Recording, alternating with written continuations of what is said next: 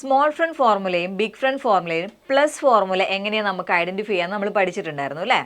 അതേപോലെ തന്നെ ഇമ്പോർട്ടൻ്റ് ആണ് മൈനസ് ഫോർമുലയും. അപ്പോൾ 1, 2, 3, 4 ഈ 4 നമ്പേഴ്സിൻ്റെയും മൈനസ് ചെയ്യാൻ വന്നു കഴിഞ്ഞാൽ നമുക്കത് സ്മോൾ ഫ്രണ്ട് ആണോ അല്ലെങ്കിൽ ബിഗ് ഫ്രണ്ട് ആണോ നമുക്ക് പെട്ടെന്ന് കണ്ടുപിടിക്കാൻ പറ്റണം. അപ്പോൾ അതാണ് ഇന്ന് നമ്മൾ പഠിക്കാൻ പോണത്. മൈനസ് ഫോർമുല വരുന്ന സമയത്ത് യൂണിറ്റ് റോഡിൽ -5 ചെയ്യാനുണ്ടോ എന്നാണ് നമ്മൾ നോക്കേണ്ടത്. ക്ലിയർ? മൈനസ് ഫോർമുല വരുന്ന സമയത്ത് യൂണിറ്റ് റോഡിൽ 5 മൈനസ് ചെയ്യാൻ പറ്റുമോ എന്നാണ് നമ്മൾ അവിടെ ചെക്ക് ചെയ്യേണ്ടത്.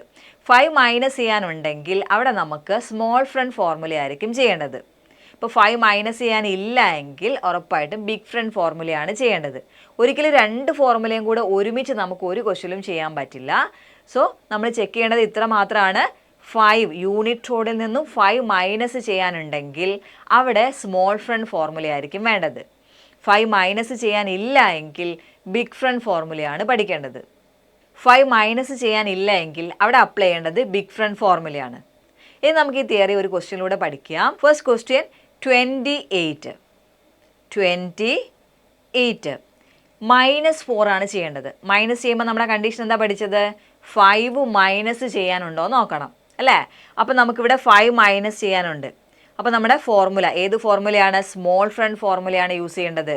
5 മൈനസ് ചെയ്യാനുണ്ടെങ്കിൽ സ്മോൾ ഫ്രണ്ട് ഫോർമുലയാണ്. അപ്പോൾ -5 ആഡ് 1 ആൻസർ കിട്ടിയല്ലോ. 24 ആണ് നമ്മുടെ ആൻസർ അല്ലേ? യെസ്, സിമ്പിളായിട്ട് നമ്മൾ ഫോർമുല കണ്ടുപിടിക്കുകയാണ്. നെക്സ്റ്റ് 37 -3. ഇവിടെ ഞാൻ ചെക്ക് ചെയ്യുന്നത് എന്താണ്? 5 മൈനസ് ചെയ്യാനുണ്ടോ? 5 മൈനസ് ചെയ്യാനുണ്ടെങ്കിൽ ഏതാ ഫോർമുല? യെസ്, സ്മോൾ ഫ്രണ്ട് ഫോർമുലയാണ് നമ്മൾ ചെയ്യേണ്ടത്. അപ്പോൾ ഇവിടെ മൈനസ് ചെയ്യാനുണ്ട്. അപ്പോൾ -3യുടെ ഫോർമുല നമ്മൾ ഉപയോഗിച്ചു. -5 ആഡ് 2 ആൻസർ 34.